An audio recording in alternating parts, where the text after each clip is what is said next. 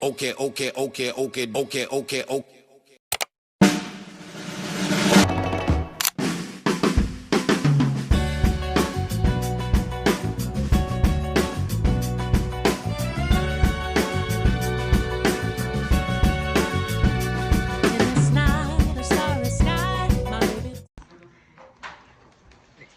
Hola, bienvenidos a un nuevo capítulo de esta nueva serie que se llama Ecos de la Historia. Bueno, pues hoy vamos a hablar de un tema muy importante y que sigue siendo relevante, la Segunda Guerra Mundial. Exacto, más que datos queremos entender qué pasó y cómo fue que se organizó el mundo, porque todavía hasta el día de hoy es un tema de conversación y no se sabe, y a pesar de hace muchos años que ya pasó, y también en la organización del nuevo orden mundial. Perfecto. Pues miren, vamos a hablar principalmente de lo que es la Segunda Guerra Mundial. Pues principalmente inició en 1939 y finalizó en 1945 con la rendición de Alemania, al igual que con la rendición de Japón. En esta guerra hubo demasiados muertos, entre ellos fueron millones y millones, al igual que se involucraron demasiados países, unos de ellos que para mí son importantes es México. Ahí se fundó lo que es el Escuadrón 201 y bueno, demás. Vamos a explicarles cómo fue que surgió todo esto, cómo fue que se desempeñó y demás. Además es importante recordar que no solo fue una guerra militar, sino también una de ideas. Fue el totalitarismo contra la democracia, la libertad contra el control. Entonces es de aquí que nacen bastantes tensiones que incluso hoy en día seguimos viendo. Sí, justo. Pero lo que más me impacta es lo que pasó después. Imagínense, los países tuvieron que empezar de cero, reconstruirse y pensar en cómo evitar otra guerra. Otra guerra. Fue como darle reiniciar al mundo entero. Y ahí entra el famoso orden mundial. Como lo dice mi compañera Kelly, los países y los estados devastados buscaban tener una nueva reconstrucción, estabilización, y ante esto se creó la ONU y el Banco Mundial. Ok, pues a mí me da mucha curiosidad cómo en todos estos movimientos pues se tiene como diferentes características que se crean. También, bueno, en mi opinión, siento que es muy poco común. Bueno, pues la ONU también se creó en la intervención de paz que nace en 1945 y pues garantiza la paz y los derechos humanos, ayuda también mucho en conflictos pues que se tienen en muchos países y me da mucha curiosidad porque muchos dicen que a veces no apoya, pero pues manda ayuda humanitaria, o sea, todo lo que en un conflicto se puede pues más que nada necesitar. Pues sí, de hecho después de la guerra se redactó la Declaración Universal de los Derechos Humanos.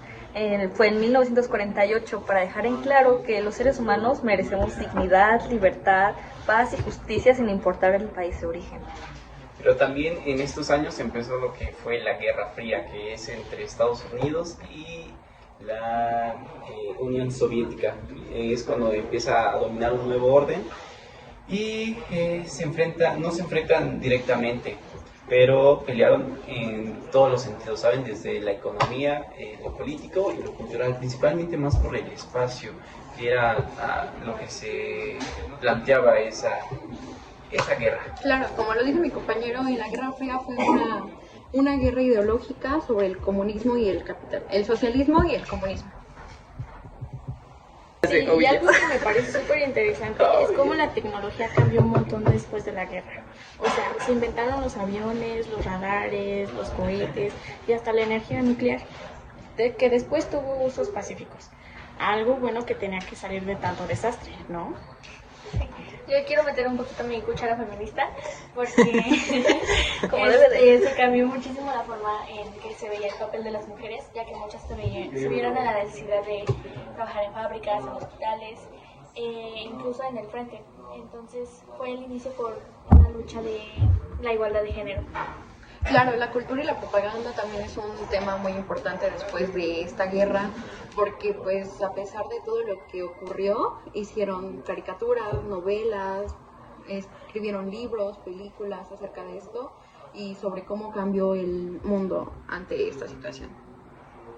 pues claro, el cine era un método de comunicación, entonces claramente era importante. Sí, exacto. Sí, retomando lo que dijo Ailani, pues las mujeres tomaban un papel muy importante porque al irse a guerra los hombres ya no había quienes Ejercían de cierto ejercieran, modo el papel, justo ¿no? quien diera mano de obra al país. Entonces es un tema muy importante que también estuvo bueno que lo comentáramos. Y bueno, también eso influyó muchísimo en la cultura popular, lo que decíamos en las películas, inclusive hasta los videojuegos actuales. En ellos seguimos hablando de esta guerra porque marcó nuestra forma de entender el bien, el mal, lo que está correcto, lo que no es correcto, la libertad, nuestra manera de pensar sobre nuestra libertad, cómo la queremos ejercer y la manera en que vemos la justicia. Sí, yo creo que es muy curioso también cómo, o sea, todo lo cambia. Literalmente puede cambiar desde tu pensamiento hasta la forma de actuar y cómo se va a ver en los siguientes años. Me parece muy curioso, ¿no? Bueno, y en otros temas, pues, después de la cultura y la propaganda, también, pues, nos enseña más allá de todo eso, cómo, pues, la historia nos va enseñando a no olvidar. Como bien lo dicen, como el que olvida su historia está condenado a repetirla. Y yo siento que es muy, muy cierto porque, pues, si no sabemos de dónde venimos o qué fue lo que pasa, podemos seguir cometiendo y cometiendo los errores cada vez que podamos y cada vez que nos sintamos. Lo que decíamos, el bien y el mal, ¿no? No sabríamos distinguir qué es lo que está bueno y lo que está mal y lo seguiríamos cometiendo y volviendo a hacer, entonces será una historia de nunca acabar. Sí, exacto. Ok, bueno, pues antes de continuar con lo del final, también queremos tocar un punto muy importante que era lo de las resistencias alemanas. Dentro de estas eran las resistencias civiles, pues grupos pequeños, aislados, se opusieron al régimen. Pues era uno de los movimientos que más hablaba, era el de la Rosa Blanca. Que en este constaba que esparcieron folletos los estudiantes de la Universidad de Múnich que criticaban al régimen. También la falta de movimiento y de resistencia, la unificación y la brutalidad del Estado-Nación. Exacto, este sentimiento fue combustible para que el país desarrollara un nacionalismo extremo. La idea de recuperar el territorio perdido en la Primera Guerra Mundial y restaurar el orgullo alemán se convirtió en una meta política para el régimen. Y ahí es donde entran las alianzas. Alemania se junta con Italia y Japón, formando el eje. Mientras tanto, Francia, Reino Unido y más tarde Estados Unidos iban tomando el lado de los aliados. Bueno, y obviamente no podemos olvidar que los antecedentes también jugaron un papel muy importante, muy fuerte. La crisis económica de 1929, el desempleo extremo y el miedo social. Entonces todo esto se juntó y permitió que ideas extremistas ganaran apoyo. Todo se fue calentando hasta que el conflicto se volvió inevitable. No fue de un día para otro, sino una acumulación de tensiones que terminaron explotando. Pues sí, por ejemplo, desde 1939, cuando Alemania invade Polonia, fue una tensión muy fuerte para los distintos países que querían ocupar ese territorio de Polonia.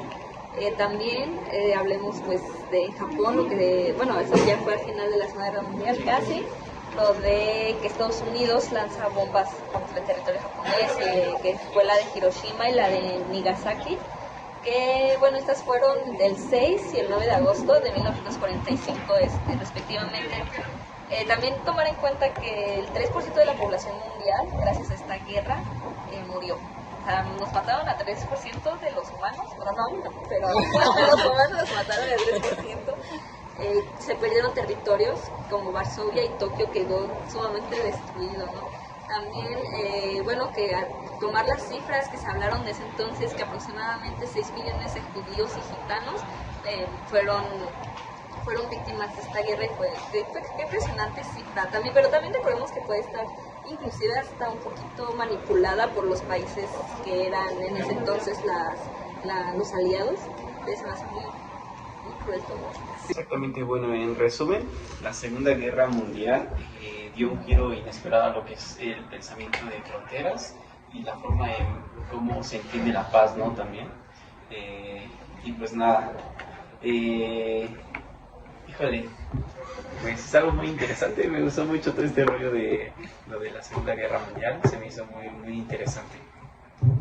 Sí, y aunque hoy vivimos en un mundo diferente, muchos de los problemas de ahora, las guerras, las desigualdades, los intereses políticos, vienen de ahí. Pero bueno, lo importante es aprender de eso. Creo que todos podemos poner nuestro granito de arena para construir un mundo más justo y más bonito también. Sí, claro, por eso que en vez de quedarnos con solo los nombres y las fechas, más que nada es quedarnos con las lecciones, ¿no? Sí. Y yo siento que también para eso se hacen como que los días conmemorativos, para que, o sea, yo siento que no se debería de ser solo un día, pero siempre como que recordarlo y indagar a fondo, porque también siento que deberíamos de fomentar como que esa semillita en cada uno. Tenerlo presente, ¿no? También la división del mundo, cómo estuvo el mundo dividido en dos, recordemos lo que comentábamos en los dos bloques y tal. Entonces también como algunos países se unificaron, otros se disolvieron y fue creo que una organización mundial geográficamente muy rescatable de cómo está el mundo ahorita actualmente. Claro, rescatar lo devastado que quedó el mundo y ante esas situaciones pues tomar, no acción como tal, pero tener conciencia de lo que puede llegar a tener una guerra. Sí, exacto. Y de que pues a veces no es nada bonito, pero se llegan a muchos cambios también. Yo creo que no debería de ser la forma, pero pues se llega igual a muchos cambios, revolucionando todo eso. Y pues para cerrar, pues esta sería como nuestra retroalimentación, no solamente quedarnos con lo que tenemos y indagar más. Y ya, pues síganos escuchando en cada episodio de Ecos de la Historia. Chao.